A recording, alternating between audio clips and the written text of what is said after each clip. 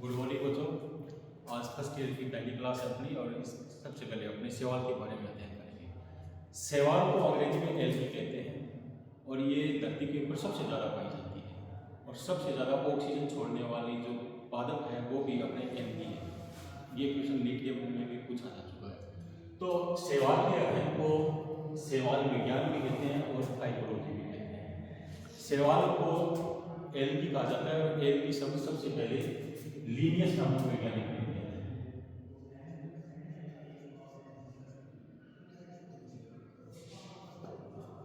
है। एल्गी का अर्थ होता है फ्रेंच भाषा के अंदर एल्गा, जो कि समुद्री खरपतवार से बना हुआ है और इसके अध्ययन को फाइकोलॉजी भी कहा जाता है। इस जो फादर ऑफ फाइकोलॉजी है वो ईफ्रिस नामक वैज्ञानिक है। ईफ्रिस नामक वैज्ञानिक जो अपने पेपर के अंदर भी आता है ये क्वेश्चन 1 नंबर का और नीट के अंदर भी ये क्वेश्चन आ चुका है। अब ये ईफ्रिस है, ये है फादर ऑफ फाइकोलॉजी। अब एक होता है फादर ऑफ इंडियन फाइकोलॉजी जो कि है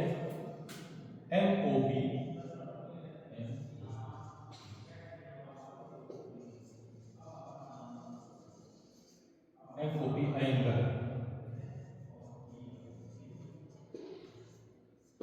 जो कि 1 नंबर का क्वेश्चन कई बार पूछा जा चुका है। तो ये ध्यान देने वाली बात है कि जो फादर ऑफ फाइकोलॉजी है वो तो है ईफ्रिस नामक वैज्ञानिक और जो फादर ऑफ इंडियन फाइकोलॉजी है वो है अयंगर। अब अपने चलते हैं सवालों के सामान्य लक्षण की ओर। सवालों के सामान्य लक्षण के अंदर पहला नंबर आता है थैलसरूपी। सवाल जो होते हैं वो थैलसरूपी होते हैं। अब आपको ये ध्यान देने वाली बात है, थैलस होता क्या है, थैलोइड होता क्या है। थैलसरूपी का अर्थ होता है कि पादप होता है, कोई भी पेड़ पौधा होता है उसके अंदर 3 पार्ट होते हैं। कोई भी पेड़ पौधा होगा उसके अंदर 3 पार्ट होंगे। जैसे ये पेड़ है, इसके अंदर ये जड़ है। जो भूमिगत जो होती है वो तो होती है जड़। जो भूमि के ऊपर ठोस भाग होता है, जो लंबा होता है वो होता है तना और जो हवा के अंदर वायु में होता है वो होती है पत्तियां। कोई भी पेड़ पौधा होगा उसका 3 पार्ट होगा, जड़, तना और पत्ती। लेकिन सवालों के अंदर ये तीनों चीज एब्सेंट होती है। इसलिए जिस पादप के अंदर ये तीनों चीज नहीं पाई जाती, जैसे जड़, तना, पत्ती चीजें नहीं पाई जाती, उसे बोलते हैं थैलोइड या थैलस। तो सवालों का जो बॉडी होती है वो थैलसरूपी होती है। इसके अंदर तीनों चीज नहीं पाई जाती, एब्सेंट होती है। सबसे पहले दूसरा होता है स्वयंपोषी। जो सवाल होती है वो स्वयंपोषी होती है। स्वयंपोषी का मतलब जो अपना भोजन स्वयं बनाती है और इसके अंदर जो अपना जो भोजन स्वयं बनाती है उसके अंदर हरित लवक पाया जाता है और जो पादप होते हैं वो हरित लवक के द्वारा अपना भोजन स्वयं बनाते हैं। तो इसके अंदर एक प्रक्रिया होती है भोजन बनाने की कि जो थैलस होता है उसके अंदर हरित लवक पाया जाता है और जो हरित लवक है वो अपना भोजन CO2 प्लस H2O, कोई भी पादप हो वो दोनों दो ही चीज ग्रहण करते हैं धरती से, CO2 और H2O। वो प्रकाश की उपस्थिति में, किसकी उपस्थिति में, सूरज का प्रकाश और हरित लवक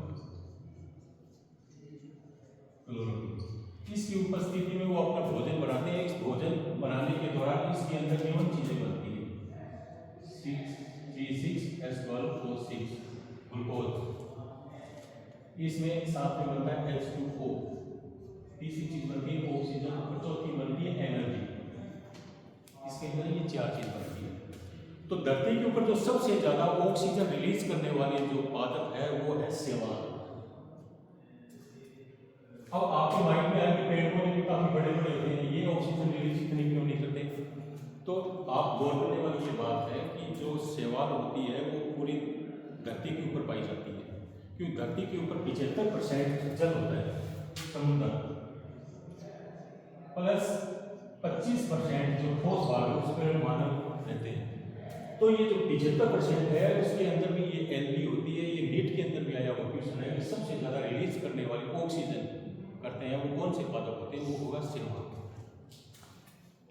तो शैवाल अपना भोजन स्वयं बनाते हैं हरित लवक के द्वारा। ये भोजन बनाने के दौरान ऑक्सीजन रिलीज करते हैं। आपके मेन एग्जाम में क्या हुआ है कि सबसे ज़्यादा ऑक्सीजन रिलीज शैवालों के द्वारा ही की जाती है। तो ये स्वयंपोषी होते हैं। अब एक दूसरा होता है, आप सोचोगे स्वयंपोषी होते हैं तो परपोषी भी होते हैं। कई परपोषी होते हैं जैसे कवक, वो अपना भोजन स्वयं नहीं बना पाते, वो दूसरों के ऊपर डिपेंड रहते हैं। अब तीसरा टॉपिक अपने लेके चलते हैं, दो क्लियर हो गए बच्चों। तीसरा अपने लेके चलते हैं शैवालों के विभिन्न तंत्रों का अभाव। अब कोई भी पेड़ पौधा होता है उसके अंदर कई चीजें पाई जाती है। अब आप जो पेड़ पौधे देख रहे हो उसका तना यदि आप काटोगे तो तने के अंदर कई चीजें आपको मिलेगी। उसकी यदि आप टीएस कार्ड काटोगे कोई भी पौधा है तो उसके अंदर कई चीजें मिलेगी, जैसे कि ऊपर का पार्ट होता है वो होता है एपिडर्मिस, उसके अंदर जो एक पार्ट और होता है जो होता है एंडोडर्मिस, जो बीच का पार्ट होता है वो कोर्टेक्स होता है।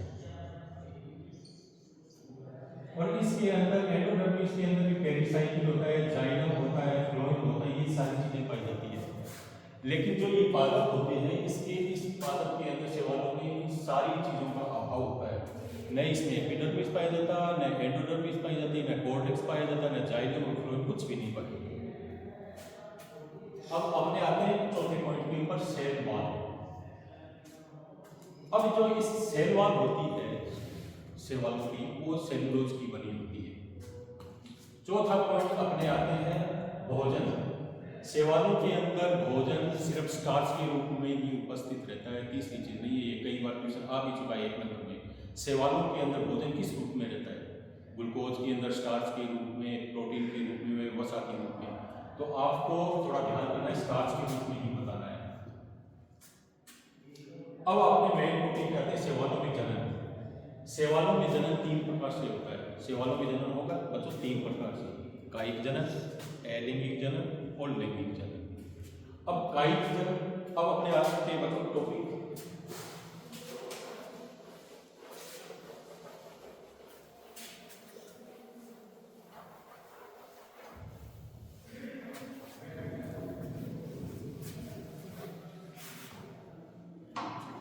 अब शैवालों के अंदर जो कायिक जनन होता है वो 4-5 विधियों के द्वारा होता है।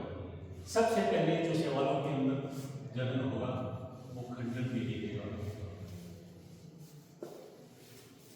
जो शैवाल होते हैं वो तंतुरूपी होते हैं, वो एक इस प्रकार से ये तंतुरूपी होती है।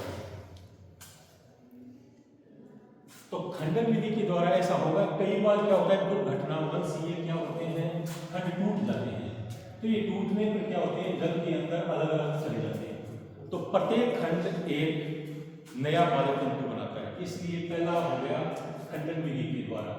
जैसे इस प्रकार ये देख रहे हो, ये एक ही खंड है, ये एक ही शैवाल है, लेकिन दुर्घटनावश यहाँ से बच्चों ये टूट गया, मान लो ये यहाँ से टूट गया, तो ये 2 खंड बन गए ना। ये दोनों खंड अलग अलग स्वतंत्र रूप से विचलित करते रहते हैं।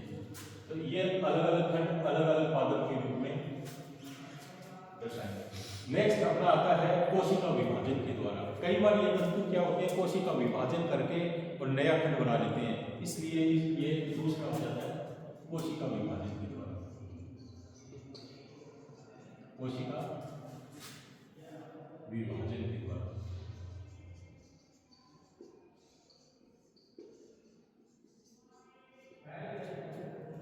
तीसरा टॉपिक आता है अपने अपस्थानिक शाखाओं के द्वारा।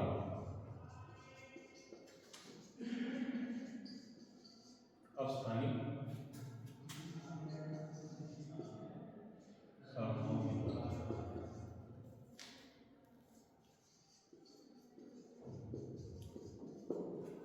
अपस्थानिक शाखाओं के द्वारा क्या होता है कि कई बार ये इस प्रकार के तंतुरूपी शैवाल पाए जाते हैं। तो ये शाखाएं बनती है, जो नई शाखाएं बनती है, कई बार ये एक मेन शाखा से अलग होकर नया पादप बना लेती है और ये स्वतंत्र विचलित करती रहती है जल के अंदर। इसलिए अपस्थानिक शाखाओं के द्वारा भी ये नए होते हैं। तीसरा होता है मुकुलन के द्वारा। मुकुलन